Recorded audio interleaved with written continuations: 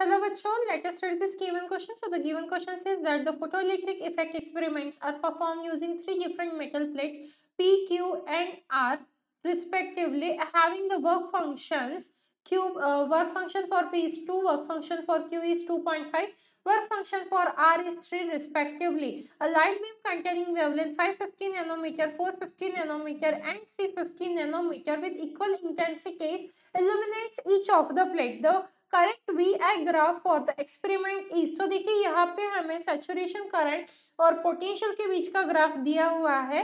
तो सबसे पहले हमें क्या बोला जा रहा है, पी क्यू आर, ये ऐसे डिफरेंट डिफरेंट मेटल प्लेट्स है। अब ऑब्वियसली डिफरेंट मेटल प्लेट्स रहेंगे तो सबका वर्क फंक्शन अलग होता है, तो हमें वर्क फंक्शन भी यहाँ पे दिया हुआ है। ठीक है, तो यहाँ पे देखिए अब हमें क्या बताया जा रहा है, लैम्डा भी दिया है हमें। लैम्डा की वैल्यू दी है 550 नैनोमीटर, 450 नैनोमीटर एंड 350 नैनोमीटर। ठीक है, तो अब यहाँ से हमें वी आई जो करेक्ट वी आई ग्राफ है वो बताना है। अब सबसे पहले देखिए यहाँ पे जो हम आई का नेचर अगर हम देखेंगे तो चारों ग्राफ में आई का नेचर सेम है।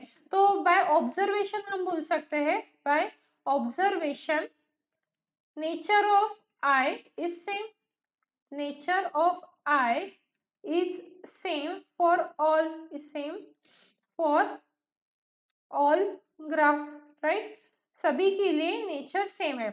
अब देखिए जिसका वर्क फंक्शन सबसे कम उसके लिए आई ज्यादा रहेगा। So minimum work function maximum will be the intensity. So यहाँ पे sorry maximum will be the current. So यहाँ पे देखिए किसका वर्क फंक्शन सबसे कम है, ये टू है, ये 2.5 है और ये 3 है।